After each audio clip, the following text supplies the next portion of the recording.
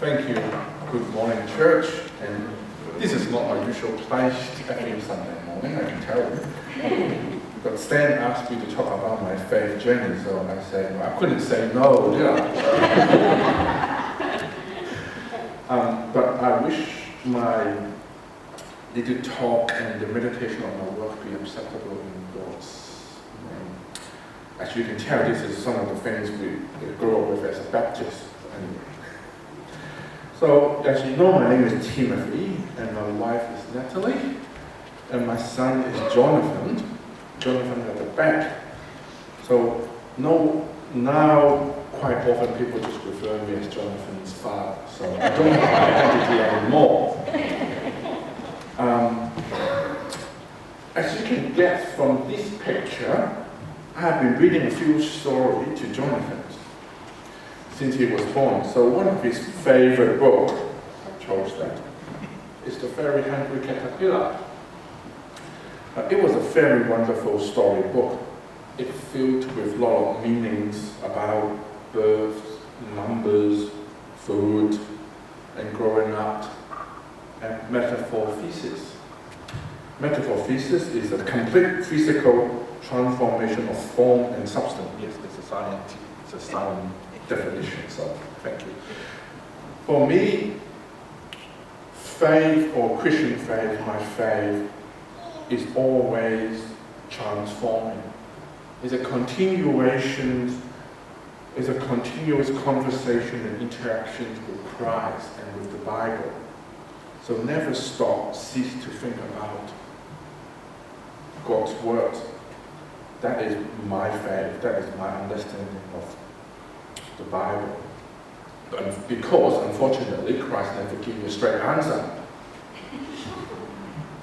If you ask him a question, he just gives you a metaphor, so that's the problem. So he tried to make you think. So asking questions or having a moment of doubt, for me, it is my way to grow my faith and my understanding of Christianity. So I'm going to share with you a few verses and a story just to illustrate my journey. So one of it, the first one is Psalm number 1. No, the first one. Go back. There. Psalm number 1, chapter 1 and verse 2. But his delight in the law of the Lord, and on his law he meditates day and night. And let me illustrate that. I grew up in Hong Kong as an Asian city, or once was a British colony. Christianity at the time was considered as an import, despite generations and generations of missionary work in mainland China and North Asia. Christian faith, for some, local or many, they didn't see it as the ultimate form of salvation, because there are always some local religions or Buddhism still going on. But as a child, all the government schools in Hong Kong, they were government funded. So there's no private school in Hong Kong, even though there's a church school. So my parents they didn't follow any religions, but they sent me to a local Church of England school. Why? Because attending a Christian school back then in Hong Kong was considered as part of the assimilation process into the British culture and an easy way to get into a government job. So, first of all, what they did in the church school, they gave you a Christian name. So hence, I'm Timothy, but I quite like it. So secondly, religious education is compulsory at school. At the time, religious education never like Sunday school in here. It was very religious, top-down model. They gave you nothing but the King James versions of the Bible because they tell you that is the proper way of to read English. Third, I need to attend a school assembly every Wednesday. You couldn't possibly miss it, or the teachers would give you a hard time. It's basically the Wednesday assembly is a full religious service. So I'm using the metaphor of young caterpillar, just upsetting whatever they gave you in the religious education. The religious education was very strict. You know, you have dictations, text on the Lord's Prayer, Bible verses, you could not possibly fail that, and you have exam. Like many Protestant churches in Hong Kong at the time, or like many native religions in Hong Kong at the time, following Jesus is the only way to, they will tell you in the religious class, following Jesus was the only way you can avoid hell. Nothing but just to avoid being consumed by the eternal fire of hell. It is not about love, or it is not about enlightenment. It is just about you're a sinner. The only way you can save yourself from hell is just to believe God. And thanks to the colonizations, and thanks to this particular form of conservative teaching, Christian faith for me at the time was just about that old hymn, trust and obey. You just have to trust and obey and nothing else.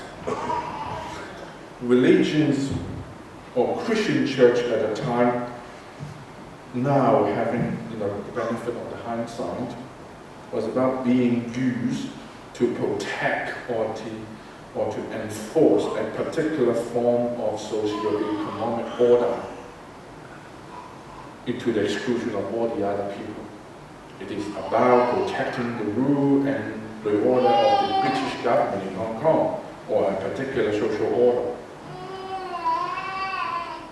Not until I was in the high school, and then I came across with this verse. Because the verse is basically ask you, or to tell me, following Jesus is not just about trust and obey. We do require, as the word said, you have to think about what you believe. You have to meditate with the law of the law, and think about what it means. It was quite a radical ideas for teenagers in high school, and think about, okay, you need to think, just not to learn from the rote and remember all the standard answers in the exam. And that verse was so important to me is there's more than just what they taught me at the religious education. It is about thinking what's behind those Bible verses or the lessons behind, everything I learned in the school assembly. And for example, as a high school kid back then, one of the major questions I have to consider myself is, why should I have to choose the literal interpretation of the creation story over science, mathematics, or even my own cultural folklores about creations? And why do I have to ignore that and all the history about the missionary work in China and how all this teaching in China, in the churches in Hong Kong came about? Why? And then, so that came to my first moment of doubt in my faith. Particularly as a teenager, and I was watching television, you watch all the news in the 90s, I was lucky to see the end of the Northern Ireland conflict, so that's the next one. So in there, the pictures of a drawing on a school after the Good Friday Agreement was signed. that moment, I learned about the history of sectarian conflicts in Northern Ireland. All the intercommunal conflicts between the Protestant and Catholics in Ireland. The question I asked myself at the time was, if Christ was born to bring peace to that world, and they talk about love and salvation, why there was a sectarian conflict in Northern Ireland? Why there was a 30 years war in Northern Europe where the Protestant or the Catholic keep killing each other? It didn't take so long for me to actually experience that sort of sectarian crisis too, because there's always a little conflict in Hong Kong between the Catholic school kids and the Protestant church kids as well. I'm sure in your own lifetime in Australia you will have a little bit story about Catholic school kids, a little bit of things happening in the football field with the Protestant church kids, so I'm not going there. So, using that metaphor of caterpillar, I was really, as a teenager, I was deep into my moment of doubt. And I have a lot of questions about why is that? If believing, why, the church teachings at the time or what they taught me didn't translate into peace, and why there's so many conflicts. So I was sort of deep into that cocoon stage, if I use that metaphor again. Either I would believe in Christ, or either my faith in Christ would die with me in the cocoon, or I have to really think about what this all means. I have to think about my belief and my faith. And I must admit, my faith as a Christian, or my faith journey, didn't really start until I finished high school and then I came to Australia. I know because of the troublesome history in Australia in the past with the church, because of that, Australia has proved to be a very church history, and particularly I was able to understand or have a real understanding of the meaning of Christ's love. So that's come to that particular Philippians chapter 2, go back, Philippians chapter 2, verse 6 and 8. And I knew that, now I have learned that too, is that was one of the first, or the earliest prayer in the Christian church. It taught nothing but about the humbleness of Christ. It talks about who is being in the very nature of God.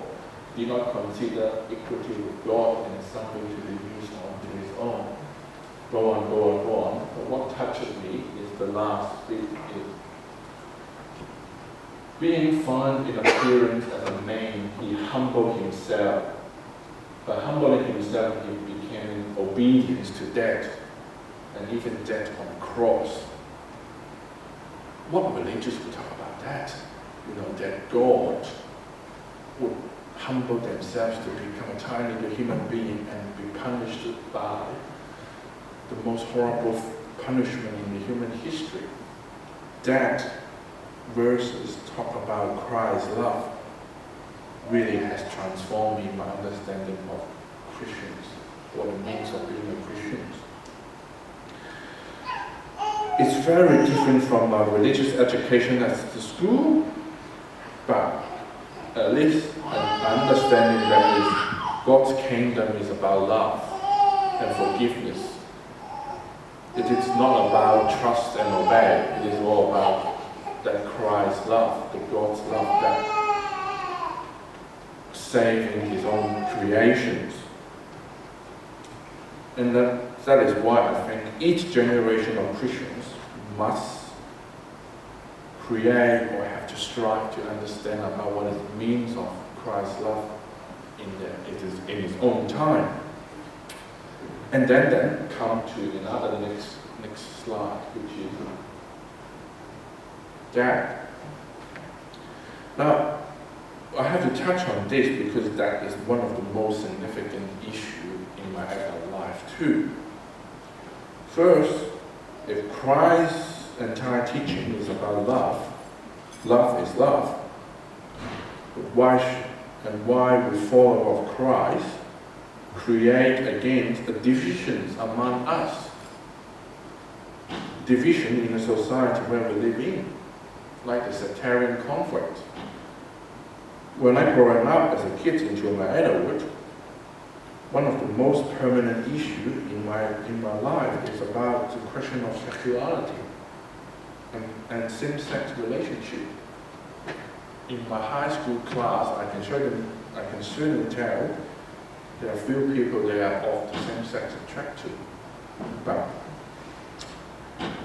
there was silence because the teaching at the school and the church at the time was particularly focused on a particular socio-economic order. You couldn't possibly talk about that. It's wrong and it's a sin. It should be punished.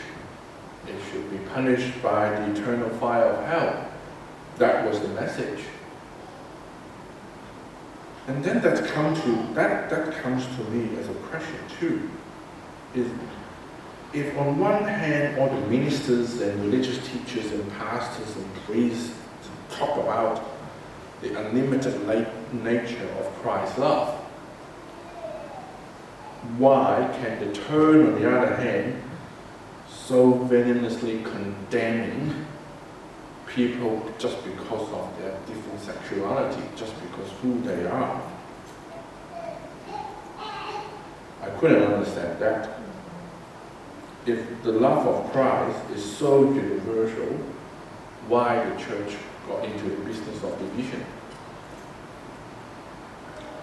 I can appreciate, different interpretation of same-sex marriage or same-sex relationship by the church leader, but at the same time, the real question for me was, if the church failed to convince the non-church goer about the problem with same-sex marriage, why should they be allowed to go and lobby the state and use the state and the secular law, the coercive power to impose what they believe?